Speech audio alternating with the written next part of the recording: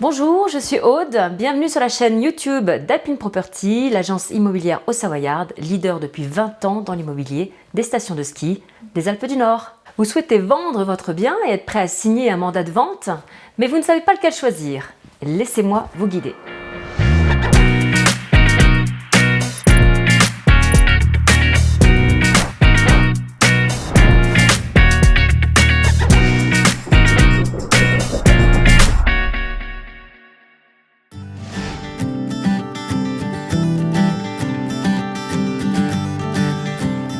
En France, si vous souhaitez passer par un agent immobilier afin de vendre votre bien, il vous faudra signer un mandat de vente.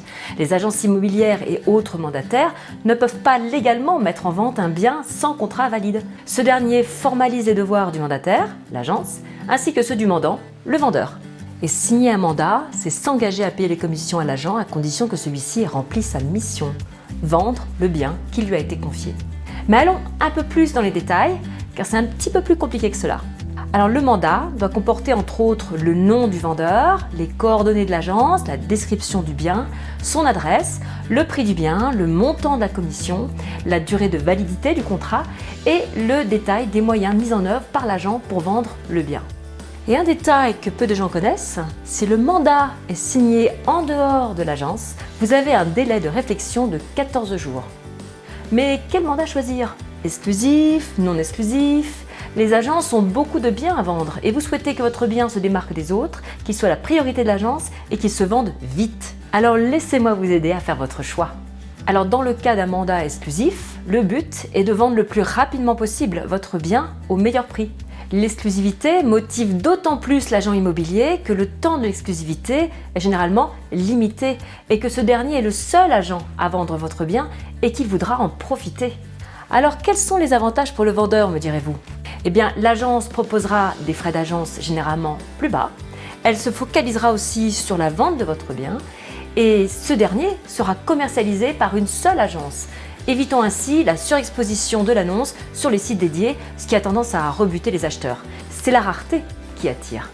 Alors même si l'agence a le droit de déléguer votre bien à une autre agence afin de multiplier ses chances, vous ne garderez qu'un seul interlocuteur qui gérera les visites et le lien avec les acquéreurs. Alors cela rend le processus de vente beaucoup plus facile à gérer pour le vendeur. Il est préférable de limiter l'exclusivité dans le temps aussi, sinon vous perdrez son principal bénéfice qui est la motivation de l'agent. Alors 3 mois est un laps de temps correct en général. Mais attention, l'exclusivité ne fonctionne correctement que si vous mandatez une agence motivée, possédant l'expérience et les moyens d'attirer des acquéreurs potentiels. Il faut aussi une confiance mutuelle. Le mandat non exclusif, quant à lui, permet de multiplier vos chances de vendre en mettant votre bien dans diverses agences.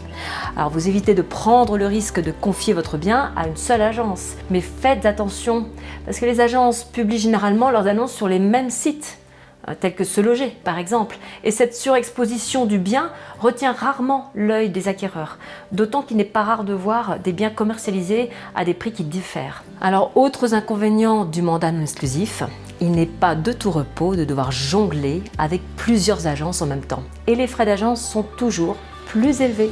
Mais quel que soit votre choix, je vous souhaite bonne chance. Et si vous avez des questions à propos de ce thème, mettez-les en commentaire et nous ferons de notre mieux pour y répondre. Et si vous souhaitez vendre votre bien ou en acquérir un et passer par notre agence, je vous laisse contacter Géraldine dont le numéro s'affiche en bas. Voilà, au revoir.